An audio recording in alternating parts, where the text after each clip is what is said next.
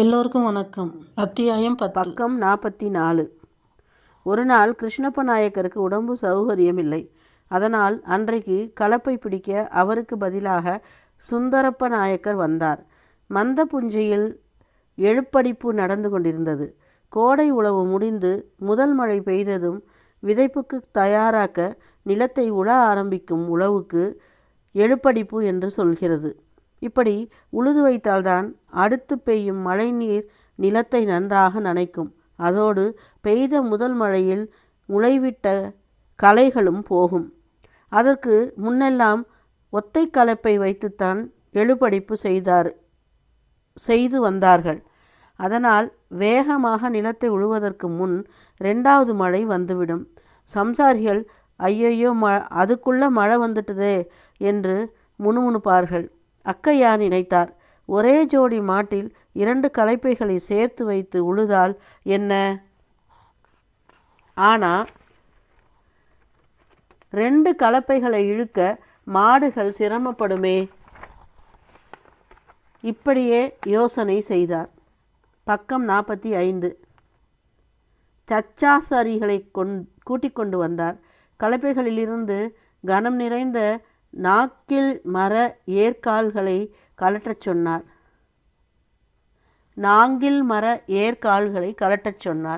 லேசான தேக்கு ஏற்கால்களை போடச் சொன்னார். பாதி தேய்ந்த கலப்பை குத்திகளை எடுத்து அதில் பக்கங்களில் இன்னும் கொஞ்சம் செதுக்கி கனத்தை குறைக்கச் சொன்னார். பிறகு அதை ஏற்காலில் இணைத்து இப்படியாக ஆழமும் கனமும் குறைந்த 2 கலப்பைகளை செய்து தயாரித்தார். அந்நேரத்தில் அங்கே வந்த சுந்தரநாயக்கர் அந்த கலப்பைகளை பார்த்து சிரித்தார். மாமனாரே, என்னத்துக்கு இந்த கலப்பைகள், விளையாடவா என்று கேட்டார். அந்த வீட்டில் ஒரு சிறிய கூட்டமே வேடிக்கை பார்க்க கூடிவிட்டது. கிருஷ்ணப்ப நாயக்கர் ஒன்றுமே சொல்லாமல் கலப்பைகள் செய்வதை பார்த்து கொண்டு மட்டும் இருந்தார். கோவிந்தப்ப நாயக்கர் மட்டும் அமைதியாகவும் மெதுவாகவும் சொன்னார், அவன் ஒன்று செஞ்சா அதில் ஏதாவது இருக்கும். ஆனால் அவருடைய தம்பிமார்கள் அக்கையாவை வேடிக்கை பண்ணியே பேசிக்கொண்டிருந்தார்கள். வீட்டு பெண்கள் அதை கேட்டு ரசித்து சிரித்து கொண்டிருந்தார்கள். மறுநாள் அதிகாலையில் அக்கையா கிருஷ்ணப்ப நாயக்கரை மட்டும் எழுப்பிக்கொண்டு கலப்பைகளை வெள்ளோட்டம் பார்க்க கோட்டையர் போட்டுக்கொண்டு மந்தை புஞ்சைக்கு போனார். ஏர்வாடங்களால் நுகக்கால்களில் கலப்பைகளை கட்டி முடித்து வழக்கம்போல் மேழியை தொட்டு கும்பிட்டு உழ ஆரம்பித்தார்கள். 2 கலப்பைகளை இழுக்க மாடுகள் அவர்கள் எதிர்பார்த்தபடி திணறவில்லை. கலப்பைகளை ஒன்றோடு ஒன்றை நெருக்கி பிடித்து உழுது பார்த்தார்கள். பிடித்து உழுது பார்த்தார்கள். இருவருடைய மேழியில் பிடித்த கைகள் ஒன்றோடு ஒன்று உரசி சிரமம் கொடுத்தது. ஏரை நிறுத்தி யோசனை செய்தார்கள். ஒரு கலப்பையை முன்னும் மற்றதை கொஞ்சம் பின்னுமாய் கட்டி உழுது பார்க்கலாம் என்று கிருஷ்ணப்ப நாயக்கர் சொன்னது அக்கையாவுக்கு சரி என்று பட்டது. இடவன் ஏரை முன்னாலும் வளவன் ஏரை பின்னாலுமாக கட்டி உழுது பார்த்தார்கள். இடைஞ்சல்கள் இல்லை. பக்கம் 46. ஆனால் கால் திரும்பும்போது கலப்பைகள் ஒன்றோடு ஒன்று மோதி ஒரு நெருக்கடியை உண்டாக்கியது. என்ன செய்ய என்று கலப்பையை நிறுத்திவிட்டு யோசனை செய்தார்கள். கிருஷ்ணப்ப நாயக்கர் மென்னகை புரிந்து யோசனை நல்ல யோசனைதான் என்ற தெலுங்கு நாடோடி கதையை ஞாபகப்படுத்தி விட்டு, நம்ம பெரியாட்கள் கலப்பை விஷயத்தில் இதையெல்லாம் யோசித்து பார்க்காமலாயிருப்பார்கள் என்று அக்கையாவை பார்த்து கேட்டார். அவர் சொன்னதை அக்கையார் வாங்கி கொண்டவராகவே தெரியவில்லை. திடீரென்று அக்கையாவின் முகத்தில் பிரகாசம் தெரிந்தது. மோதிர விரலை பெருவிரலோடு ஒட்ட வைத்து ஒரு சொடுக்கு போட்டார். வலது ஏரை முன்னும் இடது ஏரை பின்னுமாக கட்டினார். ஒரு சின்ன திருத்தம்தான். மளமளவென்று மாடுகள் நடந்தன. ஒரு இடைஞ்சலும் இப்போ இல்லை. உழவில் ஒவ்வொரு மடக்கிலும் கலப்பைகள் ஒன்றோடு ஒன்று மோதாமல் திரும்பின. அழுத்தி பிடித்து உழுதார்கள். மண் பொங்கி மலர்ந்து கலப்பைகளில் இருபுறமும் விழுந்தது. அந்த உழவர்களின் கலப்பை குழுவின் ஆழமான ஓட்டத்துக்கு பூமி தாய் இணங்கி மகிழ்ந்து கொடுத்தாள். இப்படியாக அக்கையாவால் அன்று கண்டுபிடிக்கப்பட்ட நெட்டை கலப்பை கரிசல் காட்டில் பெருத்த மாறுதலையும் ஒரு பரபரப்பையும் அந்த நேரத்தில் உண்டு பண்ணியது. கோடை உழவில் மட்டும் இரட்டை கலப்பை பிரயோஜனப்படவில்லை. அந்த சமயத்தில் நிலத்தை ஆழமாக உழ வேண்டும். 2 பெரிய கலப்பைகளை மாடுகளால் இழுக்க முடியாது. சுந்தரப்ப நாயக்கரும் அக்கையாவும் இரட்டை கலப்பை உழவுக்கு போனார்கள். அது தொலைக்காடு. போகும்போதே அக்கையாவை கெண்டை பண்ணி கொண்டே போனார். வழக்கம்போல் அக்கையா முகத்தை அப்ராணி போல் வைத்து கொண்டு போனார். அவருடைய தலையில் கஞ்சி கலயம் இருந்தது. பக்கம் 47. கலயத்தில் நீத்து பாகம், அதில் தேங்காய் பருமனில் 12 கம்மஞ்சோற்று உருண்டைகள், கலயத்துக்கு மூடி ஒரு சிரட்டை, அதில் எண்ணெயில் வறுக்கப்பட்ட வத்தல்களும் நார்த்தங்காய் ஊறுகாயும், கலயத்தின் வெளிப்புறம் மேலே ஒட்டி வைக்கப்பட்ட காணத்துவையல். சுந்தரப்ப நாயக்கர் தலையில் தண்ணீர் கலயம். கோட்டேரின் சரசரவென்ற சத்தத்தோடு ஏர்கால்கள் தரையில் இழுபட மாடுகள் முன்னே போய்க் கொண்டிருந்தன.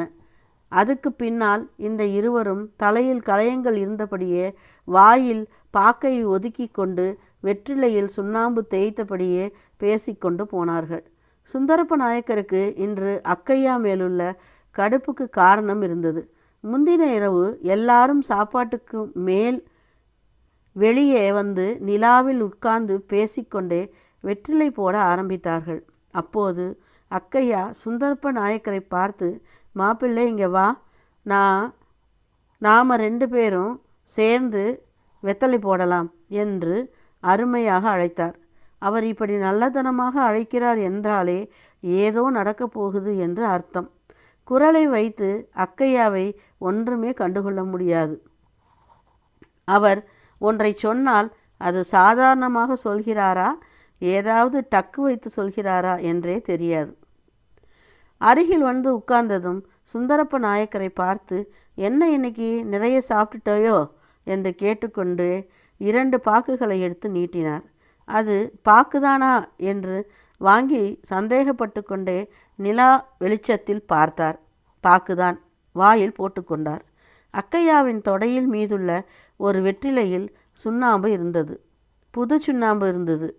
புது சுண்ணாம்பப்பா, பார்த்து போடு, பிறகு புண்ணாகி விட்டால் நாக்கை தொங்க போட்டுக்கொண்டு தே என்று அலையாதே என்று நாக்கில் பொத்துப்புண் வந்தது போல் நாக்கை தொங்க போட்டு நடித்து காட்டினார். எல்லாரும் சிரித்தார்கள். சுந்தரப்ப நாயக்கருக்கு வெற்றிலை பிடிக்கவில்லை. காரமாக இருந்தது. முற்றத்தின் மூலையில் போய் தூ தூ என்று துப்பிவிட்டு எரிச்சல் தாங்காமல் தண்ணீரை குடித்துவிட்டு மீண்டும் பொறுக்க முடியாமல் கிணற்றடிக்கு சென்று வாய் கொப்பளித்துவிட்டு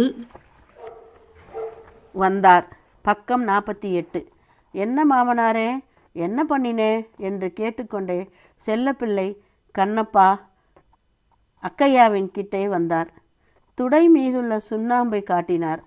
சுண்ணாம்புக்கு அதில்தான் அன்றைய விளையாட்டை துவங்கியிருந்தார்.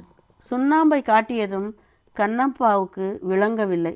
அக்கையா அதில் மோதிர விரலை ஊன்றி நடுவிரலிலுள்ள சுண்ணாம்பை தேய்த்து வெற்றிலை போட்டு கொண்டார். சந்தேகப்படாமல் இருக்க கொஞ்ச நேரம் கவனித்த பிறகுதான் கண்ணப்பா ஹே என்று சத்தம் போட்டு சிரித்தார். எல்லாரும் அக்கையாவின் பக்கம் வந்தார்கள். அப்புறம்தான் அவர் அந்த ஓட்டை வெற்றிலையை எடுத்து எல்லாருக்கும் காட்டினார். திரும்பவும் அது மாதிரி செய்து காண்பிக்கும்படி கேட்டுக்கொண்டார்கள். ஒரு வெற்றிலையின் மத்தியில் நீண்ட வட்டமாக கிழித்து ஓட்டையிட்டு அதை துடை வேட்டியின் மேலே வைத்து அந்த ஓட்டையின் வழியாக தெரியும் வேட்டியின் துணியை கொஞ்சம் அதன் வழியாக மேலே இழுத்து விட்டார். இலையின் மத்தியில் தெரியும் அந்த வெள்ளை பார்ப்பதற்கு அசல் சுண்ணாம்பு மாதிரியே தோற்றம் தந்தது. தொட்டால் விரலில் ஈரம் தெரிவதற்காக கொஞ்சம் தண்ணீரை விட்டு கொள்ளவும் என்று சொல்லி கொடுத்தார். கோவிந்தப்ப நாயக்கர் வந்து பார்த்துவிட்டு அக்கையாவின் கேலி மூளையை வியந்தார். இவனுக்கு எப்படி கற்பனையாக இதெல்லாம் செய்ய வருகிறது என்று மனதுக்குள் கேட்டுக்கொண்டார். 10வது அத்தியாயம் முற்றிற்று. நன்றி, வணக்கம். மீண்டும் சந்திப்போம்.